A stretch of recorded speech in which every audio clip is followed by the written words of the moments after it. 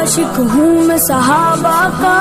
اہل بیت کا خادم ہوں، پیار مجھے اس بندھن سے، میں ہوں حسینی بچپن سے۔ السلام علیکم ورحمۃ اللہ وبرکاتہ۔ وعلیکم السلام ورحمۃ اللہ وبرکاتہ۔ امید ہے کہ بخیر عافیت ہوں گے۔ الحمدللہ۔ حقیقت ہند کی ترجمانی کے لیے یہ شعر مجھے مناسب معلوم ہوتا ہے، اس بارے میں آپ کیا فرماتے ہیں؟ یہ شعر مرزا ذوق کا ہے۔ گلہائے رنگا رنگ سے ہے زینت چمن، گلہائے رنگا رنگ سے ہے زینت چمن، اے ذوق اس جہاں کو ہے زیب اختلاف سے۔ امید ہے کہ اس پہ روشنی ڈالیں گے۔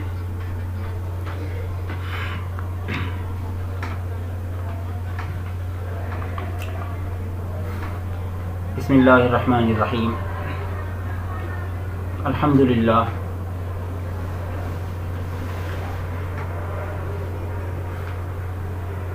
مرزا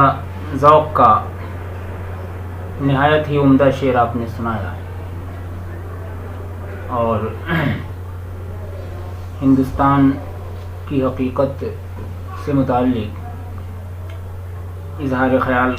کرنے کی دعوت آپ نے دی اس شعر کے مادھیم سے۔ گلہائے رنگا رنگ سے ہے زینت چمن، گلہائے رنگا رنگ سے ہے زینت چمن، اے ذوق اس جہاں کو ہے زیب اختلاف سے۔ اور اس میں تھوڑی سی ترمیم ہم اگر کریں اپنے ملک کے حالات کے پیش نظر، تو ہم یوں کہہ سکتے ہیں کہ گلہائے رنگا رنگ سے ہے زینت چمن، اے ذوق اس وطن کو ہے زیب اختلاف سے، اے ذوق اس زمین کو ہے زیب اختلاف سے۔ نہایت اچھا شعر ہے۔ دیکھیے، ہمارا ملک ہندوستان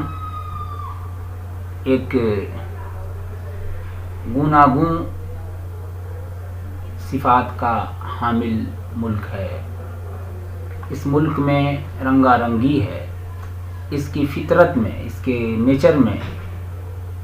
اللہ پاک نے، قدرت نے رنگا رنگی رکھی ہے۔ یہ ملک ایک گلدستے کی حیثیت رکھتا ہے۔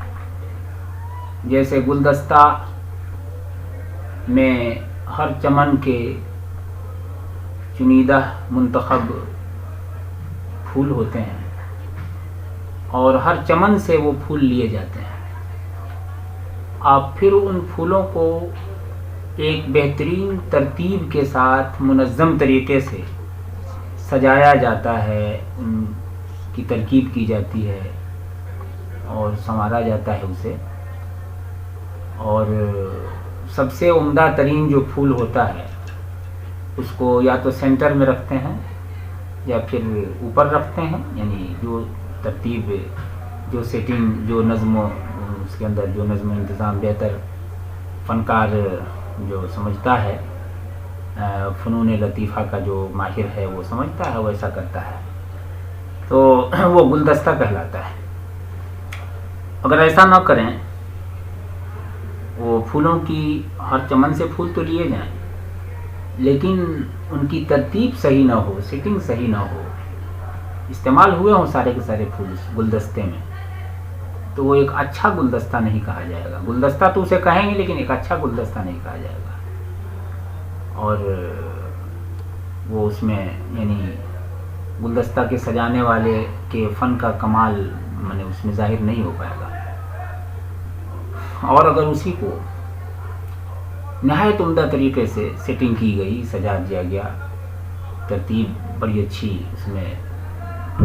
استعمال کی گئی، تو وہ ایک اچھا گلدستہ کہلائے گا، اس کی تعریف ہوگی۔ اور یہ چیز ہے۔ اگرچہ ہم یہ کہتے ہیں کہ گلاب کا پھول تمام پھولوں کا راجا ہے، بادشاہ ہے وہ پھولوں کا، یعنی سبھی اس بات کو تسلیم کرتے ہیں کہ تمام پھولوں میں گلاب کے پھول کی حیثیت اور اہمیت سب سے سپر ہے، لیکن کسی گلدستے میں صرف گلاب ہی کے پھول لگا دیے جائیں اور گلاب ہی کے پھولوں کا ایک گلدستہ بنا کر کے پیش کیا جائے، ظاہر سی بات ہے اس میں سارے پھول گلاب کے ہیں، سارے ہی پھول اعلیٰ ترین ہیں، اور ایک طرف ایک دوسرے گلدستے میں ہر چمن سے پھول لیے جائیں ایک متعین تعداد میں، اور نہایت عمدگی کے ساتھ ان کی سیٹنگ کی جائے، سجایا جائے ترتیب دے کر، اور پھر اس میں گلاب کو اس کے مناسب اور صحیح مقام پہ فٹ کیا جائے، اس کو بیچ میں رکھا جائے یا سب سے اوپر رکھا جائے، تو ایک وہ بھی گلدستہ ہے۔ اب ان دونوں گلدستوں کو جب موازنے میں رکھیں گے تو میں سمجھتا ہوں کہ یعنی سلیم الفطرت جو لوگ ہوں گے اور وہ یہی کہیں گے کہ یہ جو گلدستہ ہے جس میں ہر طرح کے پھول لیے گئے ہیں اور ان کو صحیح ترتیب کے ساتھ سجایا گیا ہے اور گلاب کو اس کے صحیح مقام پہ رکھا گیا ہے، تو یہ گلدستہ صحیح معنوں میں گلدستہ ہے، واقعی گلدستہ کہلانے کے لائق یہی ہے۔ اور وہ جو دوسرا ہے وہ جس میں صرف گلاب ہیں، دوسرے پھول نہیں ہیں، اس کو وہ حیثیت حاصل نہیں ہے۔ تو ہمارے ملک کی بھی مثال ایک ویسے ہی گلدستے کی ہے جس میں ہر طرح کے پھول لیے گئے ہوں اور ان کو ان کا صحیح مقام دیا گیا ہو، اور صحیح سیٹنگ کی گئی ہو، صحیح ترتیب کے ساتھ نظم و نسق کے ساتھ ان کو سجایا گیا ہو، اور اس میں گلاب کے پھول کو اس کے صحیح مقام پہ رکھا گیا ہو، تو وہ گلدستہ ہے ہمارا ملک ہندوستان۔ اب اگر اس کو چاہا جائے کہ نہیں اس میں ایک ہی طرح کے سب پھول رہیں اور باقی پھولوں کو نہ لیا جائے، باقی پھولوں کو مطلب یہاں سے الگ رکھا جائے، تو پھر وہ گلدستہ کی وہ حیثیت نہیں ہو پائے گی، یا باقی سارے پھولوں کو لے لیا جائے، صرف ایک پھول ایسا ہے جس کو اس میں سے خارج کر دیا جائے یا اس میں لیا نہ جائے، وہ گلاب کا پھول ہو، تو ظاہر سی بات ہے کہ پھر وہ لشکر کا جو راجا ہے، رعایا موجود ہو اور راجا ہی نہ ہو تو وہی حیثیت ہو جائے گی پھر اس ملک کی، یا بارات تو موجود ہو دولہا ہی نہیں ہو تو وہ حیثیت ہو جائے گی، یا پھر یہ کہا جائے کہ اس میں گلاب کا پھول لیا گیا ہے لیکن پھولوں کی بہت سی قسمیں ہیں، اس میں سے کسی ایک پھول کو اس میں نہیں لیا گیا ہے، تو باریک بین نظریں جو ہیں اس کو بھانپ لیں گی اور وہ کہیں گی کہ یہ ہے تو گلدستہ اور ترتیب بھی ہے اور گلاب کو اس کا مقام بھی دیا گیا ہے، لیکن اس میں ایک کمی ہے، ایک نقص ہے، اس میں باریک بھی نظریں لیکن ضرور لگا دیں گی، پھر وہ عوامی نقطہ نظر سے چاہے وہ گلدستہ اچھا کہلائے، لیکن جب اس پہ تنقیدی نقطہ نظر سے اس کو دیکھا جائے گا، تنقید کی جب نظر پڑے گی تو اس میں یعنی اس کا نقص جو ہے سامنے آ جائے گا اور اس کا وہ ذکر ہو جائے گا۔ تو ہمارا ملک جو ہے ایک ایسا گلدستہ ہے جس میں سے کوئی بھی خارج نہیں ہے، قدرت نے کسی کو خارج نہیں کیا ہے، کسی کو الگ نہیں کیا ہے، اور سب کو شامل کیا ہے اس میں، اور صحیح سیٹنگ کے ساتھ، صحیح ترتیب کے ساتھ نیچر نے، فطرت نے، قدرت نے، مالک نے، خالق نے، اللہ پاک نے، ہم اللہ کو جس بھاشا میں جس نام سے ہم یاد کریں، تو ہندوستان کو اللہ پاک نے ایسا بنایا ہے، ہر ناحیے سے ہم دیکھیں، انسان بھی اس میں ہر طرح کے ہیں اور ہر مذہب کے ہیں، ہر رنگ کے ہیں، ہر نسل کے ہیں، ہر تہذیب کے ہیں، ہر ثقافت کے ہیں، اور بھی جو کچھ بھی آپ کہنا چاہیں، یعنی ہر طرح کے انسان بھی ہیں اس میں، اور جاندار بھی ہیں، جانوروں میں ہم دیکھتے ہیں، چوپایوں میں دیکھتے ہیں، چرندوں میں دیکھتے ہیں، پرندوں میں دیکھتے ہیں، تو ہر جگہ ہم کو یہ رنگا رنگی مکمل طور پر ہمیں ہندوستان میں دکھائی دیتی ہے، اور پھلوں میں دیکھتے ہیں، درختوں میں دیکھتے ہیں، پھولوں میں دیکھتے ہیں، فصلوں میں دیکھتے ہیں، غلہ اناج میں دیکھتے ہیں، تو ہم کو وہاں بھی وہ چیز دکھائی دیتی ہے پوری طرح سے، اور یہاں کے موسم میں بھی ہم دیکھتے ہیں۔ غرض کہ آپ جدھر بھی نگاہ کریں، جس ناحیے سے بھی ہم ہندوستان میں غور جب کرتے ہیں تو ہمیں یہی بات ملتی ہے کہ یہاں رنگا رنگی ہے، اور یہ شعر بڑا ہی موافق اور مناسب نظر آتا ہے، اور بالکل ہمارے ملک کی ترجمانی ہے اس شعر کے اندر کہ گلہائے رنگا رنگ سے ہے زینت چمن، اے ذوق اس جہاں کو ہے زیب اختلاف سے۔ تو اختلاف کا ہونا یہ یعنی حسن کو ظاہر کرتا ہے، ہاں مخالفت کا ہونا جو ہے قبح کو بتاتا ہے۔ اختلاف کا ہونا اچھی بات ہے، مخالفت کا ہونا بری بات ہے۔ تو اب رہی بات کہ ہم یعنی یہ تو ہمارے ملک کی ہندوستان کی صفات ہیں، یہاں جامعیت ہے، اور سمجھیے کہ ہر چیزوں کے اندر جامعیت ہے، اور یہ اس کی فطرت ہے، اور یقین مانیے فطرت کو مسخ نہیں کیا جا سکتا ہے، کسی کی فطرت کو مسخ نہیں کیا جا سکتا ہے، اور اس کو اس کی فطرت سے ہٹایا نہیں جا سکتا ہے۔ مثلا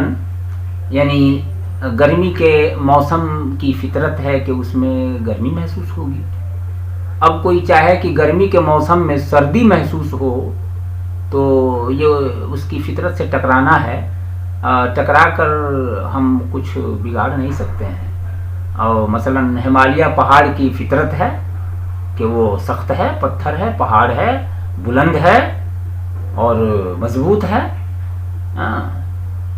اب کوئی چاہے کہ ہمالیہ پہاڑ سے سر مار مار کے ہم اس کو نرم کر دیں اور اس کو پانی کی صفت اس کے اندر آ جائے، اور وہ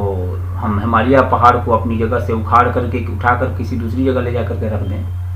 تو یہ فطرت سے ٹکرانا اور اپنے سر کو پاش پاش کر لینا ہے، اپنے سر کو پھوڑ لینا ہے۔ ہم ہمالیہ کو اس کی فطرت سے اس کی جگہ سے نہیں ہٹا سکتے۔ تو میں نے عرض کیا کہ کسی کی فطرت سے ٹکرایا نہیں جا سکتا اور اس کو تبدیل نہیں کیا جا سکتا ہے۔ فطرت اللہ التی فطر الناس علیہا لا تبدیل لخلق اللہ، یہ انسانوں ہی کی فطرت سے متعلق نہیں، ہر چیز کی فطرت سے متعلق یہ بات ہے کہ اللہ کی تخلیق اور خلق میں مخلوقات کے اندر جو اللہ نے فطرت رکھی ہے اس کو اس کی فطرت سے جدا نہیں کیا جا سکتا ہے۔ سمندر کی فطرت ہے کہ وہ گہرا ہوتا ہے، وسیع ہوتا ہے، پانی اس میں ہوتا ہے، اور پانی میں کھارا پن بھی ہوتا ہے، اس کی فطرت ہے۔ اور پھر یہ کہ وہ اب اگر کوئی چاہے کہ ہمالیہ پہاڑ کو اٹھا کر کے سمندر میں رکھ دیا جائے اور سمندر کے پانی کو جو ہے نا ہمالیہ پہاڑ کی جگہ لے جا کر کے رکھ دیا جائے، تو یہ تو یعنی اس کو اب کیا کہا جائے گا، یہ ایک ایسا جنون ہے کہ اب اس کو کچھ نام میں نہیں دے سکتا۔ تو یہ فطرت ہے ہمارے ملک کی، رنگا رنگی ہے، یکسانیت ہے، میل ہے، محبت ہے، رواداری ہے، اور یعنی بھائی چارگی ہے، اور محبت اور پریم کا ہم نام ایک دیں بس وہ کافی ہے کہ ہماری ملک کی فطرت میں پریم ہے۔ اور میں پھر موقع ہوگا تو اس کی تفصیل بیان کی جائے گی۔ میں اتنا بھی عرض کر دوں کہ ہند کا جو لفظ ہے، ہند کہیے، ہندوستان کہیے، ہندو کہیے، ہندی کہیے اور ہندوتو کہیے، ہندوتوا جو بھی آپ اس کا پروننسیشن ہو، تو یہ جتنے الفاظ ہیں، ہند ہے، ہندو ہے، ہندی ہے، ہندوستان ہے، ہندوتو ہے، یہ ساری چیزیں یہ عربی زبان کا کے یعنی لغت سے یہ چیزیں نکلی ہیں، یہ عربی زبان کا لفظ ہے یہ، اور عربی زبان سے یہ فارسی میں آیا، اردو میں آیا، اور پھر ہندی نے بھی اس کو قبول کیا، ہندی میں مستعمل ہے یہ سنسکرت کا لفظ نہیں ہے، سنسکرت شبد نہیں ہے یہ۔ سنسکرت شبد کوش میں ہم سنسکرت شبد کوش کے سمندر کو ہم کھنگال ڈالیں گے لیکن ہمیں وہ اس میں یہ لفظ نہیں ملے گا، یہ سنسکرت کا لفظ ہے ہی نہیں، یہ عربی کا لفظ ہے۔ اور عرب میں نبی کریم صلی اللہ علیہ وسلم کے زمانے میں بھی، بلکہ میں نے تو سیرت کی ایک کتاب میں جس کو ایک کرسچن نے لکھا تھا اور فرانس کے بعد میں معلوم ہوا کہ انہوں نے اسلام بھی قبول کر لیا، بعد میں اسلام قبول کیا۔ پہلے انہوں نے کتاب لکھی تھی نبی کریم صلی اللہ علیہ وسلم کی سیرت پہ، اور نہایت ہی عمدہ ترین اور بڑی تحقیق سے، اور کافی عرصے سالہ سال وہ عرب کی سرزمین میں رہ کر کے انہوں نے پڑھا تھا اور دیکھا تھا سب کچھ، اور پھر انہوں نے لکھا تھا۔ تو اس میں انہوں نے ذکر کیا، اس کا ترجمہ فرانسیسی میں انہوں نے کتاب لکھی تھی، اور پھر اس کو یعنی عربی میں اس کا ترجمہ ہوا، اور دنیا کی دیگر زبانوں میں اردو میں بھی اس کا ترجمہ ہوا۔ اس کا ایک نسخہ میرے پاس بھی آیا تھا، میں نے دیکھا۔ اس میں انہوں نے ذکر کیا ہے اس میں کہ نبی کریم صلی اللہ علیہ وآلہ وسلم کی سب سے پہلی زوجہ مطہرہ حضرت ماں خدیجۃ الکبریٰ رضی اللہ عنہا کا جو نکاح ہوا نبی پاک صلی اللہ علیہ وسلم سے، تو یہ ان کا تیسرا نکاح تھا۔ پیارے نبی صلی اللہ علیہ وسلم کا تو پہلا نکاح تھا، لیکن ماں خدیجہ رضی اللہ عنہا کا یہ تیسرا نکاح تھا۔ اس کے پہلے دو ان کے نکاح اور بھی ہو چکے تھے، اور وہ یا تو شوہروں کا انتقال ہو گیا ہوگا یا علادگی ہو گئی ہوگی، بہرحال تو سب سے پہلے شوہر سے، یا ہو سکتا ہے دوسرے شوہر سے اولاد ہوئی ہو ان کی پہلی، اس کی تحقیق مجھے نہیں ہے، لیکن اتنا اس میں ذکر ہے کہ سب سے پہلا جو بیٹا اللہ نے ان کو دیا ماں خدیجہ رضی اللہ عنہا کو، تو ان کا نام تھا ہند ان کا نام تھا۔ اسی مناسبت سے ان کی کنیت جو ہے ام المؤمنین رضی اللہ عنہا، ماں خدیجہ رضی اللہ عنہا کی کنیت ہے ام الہند ہے، ان کو ام الہند کہا گیا۔ جیسے پیارے نبی صلی اللہ علیہ وسلم کی کنیت ہے ابو القاسم، یعنی آپ صلی اللہ علیہ وسلم کے یعنی ان کے بطن سے، ماں خدیجہ رضی اللہ عنہا کے بطن سے جو آپ صلی اللہ علیہ وسلم کی سب سے پہلی اولاد ہوئی اور سب سے پہلے بیٹا تولد ہوئے، تو ان کا نام قاسم، تو اسی لیے اسی مناسبت سے پیارے نبی صلی اللہ علیہ وآلہ وسلم کو ابو القاسم کہا گیا، لیکن ماں خدیجہ رضی اللہ عنہا کو ام الہند کہا جاتا ہے۔ تو ام الہند اس مناسبت سے کہ ان کے بطن سے جو سب سے پہلا اٹھا بیٹا جو تولد ہوئے ان کا نام ہند تھا، اور یہ بھی اس میں غالباً ذکر تھا اس کتاب میں کہ ایک بیٹی بھی ان کو اللہ نے دیا، اور ان کا نام ہندہ تھا، ہند اور ہندہ۔ تو یہ جو ہے نا، اور وہ یہ بھی اس میں مذکور تھا کہ پھر بعد میں وہ اسلام بھی لائے، وہ دونوں یعنی نبی صلی اللہ علیہ وسلم کی گویا کہ یعنی آپ کے گھر میں تھے، ان کی پرورش ہوئی یا جو بھی تفصیلات ہو، بہرحال تو انہوں نے اسلام بھی قبول کیا، ہند نے اور ہندہ نے اسلام بھی قبول کیا، وہ صحابیہ ہیں۔ تو بہرحال تو میں یہ عرض کرنا چاہتا ہوں کہ آج اور بھی بہت سارے نام ملتے ہیں، ابو سفیان کی بیوی کا نام، اور بھی بہت سے نام ملتے ہیں، ہند اور ہندہ وہاں عرب کے میں نام پائے جاتے تھے۔ اور ہندوستان کی جو تلوار ہوتی بہت ہی نامی اور بہت ہی مشہور اور سمجھیے کہ نامی چیز ہوتی تھی ہندوستان کی تلوار، تو اس کو بھی المہند کہتے تھے، المہند یعنی ہندوستانی تلوار۔ یعنی یہ ہند کا لفظ جو ہے نا، ہند اور سندھ، یہ بڑی تحقیقی چیزیں ہیں اور تاریخی چیزیں ہیں یہ، تو اس کی یعنی تہ میں ہم جب جائیں گے تو ہمیں یہ بات ملتی ہے کہ ان کا تعلق عرب کی لغت سے ہے، عربی زبان سے ہے، یہ سنسکرت کی چیزیں نہیں ہیں۔ اب سوال یہ ہے کہ یہ نام کیوں رکھا جاتا تھا، اس نام میں کیا خوبی تھی، ہند اور ہندہ کیوں لوگ نام رکھتے تھے وہاں پہ، آج بھی رکھتے ہیں۔ تو جیسے اپنے یہاں ہم کوئی بچی ہے نہایت حسین ہے، اور اس کے حسن کی وجہ سے، اس کی اداؤں کی وجہ سے، اس کے حسن کی وجہ سے ایک پیارا سا نام، محبت بھرا نام ہم ایک دیتے ہیں اس کو۔ مثلا کسی کو دیکھتے ہیں اب حسین بچی ہے تو اس کا نام لیلا رکھ دیا، سلمہ رکھ دیا، کچھ اس طریقے سے پرینکا رکھ دیا، پریتی رکھ دیا، تو پیار سے اس کا نام، اس کے حسن کی وجہ سے، اس کے کمال کی وجہ سے رکھتے ہیں، اس کی حسن و ادا کی وجہ سے نام رکھتے ہیں۔ اور ایسے ہی کوئی اگر نوجوان ہے، کوئی بچہ ہے اور وہ پھر وہ بڑا ہوا اور بہادر ہے وہ، ہے نا، تو یا اس کو آئندہ وہ اچھا ہوگا اور ایسا ہوگا، یعنی شگون نیک کے طور پر اس کا نام ویسے رکھ دیا۔ تو ہند اس کا نام لوگ رکھ دیتے ہیں بہادری کی وجہ سے، بڑا ہی جواں مرد اور بڑا ہی بہادر ہوگا اور بڑا حسین و جمیل ہوگا اور توانا تندرست ہوگا اور جنگجو ہوگا، اور یہ ساری خوبیاں یعنی صفات حمیدہ جو ہوتی ہیں، جس کو مروءت کہا جاتا ہے عربی زبان میں، صفات حمیدہ کا کہ جامع ایک لفظ آتا ہے مروءہ جس کو بولتے ہیں۔ تو مروءت کی صفات سے کا حامل جو بچہ ہوتا تھا یا جس کے لیے نیک شگون رکھا جاتا تھا، تو اس کو جو ہے نا ہند اس کا نام رکھ دیتے تھے۔ تو اس سے پتہ یہ چلتا ہے کہ ہند کے لفظ یعنی ہند کے نام میں بہادری ہے، شجاعت ہے اور پریم ہے، محبت ہے۔ اور اسی طریقے سے ہندا کے نام میں جو اصل جو چیز ہے اس کے اندر وہ کیا ہے، وہ یعنی محبت ہے، پریم ہے، پریت ہے. تو میں یہ سمجھتا ہوں کہ یہ ہند کا جو لفظ ہے، ہندو کا لفظ ہے، ہندی کا لفظ ہے، ہندوتو کا لفظ ہے، ہندوستان جو ہے اس کی تہ میں، اس کی بنیاد میں، اس کے مادے میں کہہ لیجئے، اس کے اصل میں، اس کی فطرت میں، اس کے نیچر میں پریم ہی پریم ہے، محبت ہی محبت ہے، پیار ہی پیار ہے. یہ اس کی فطرت ہے.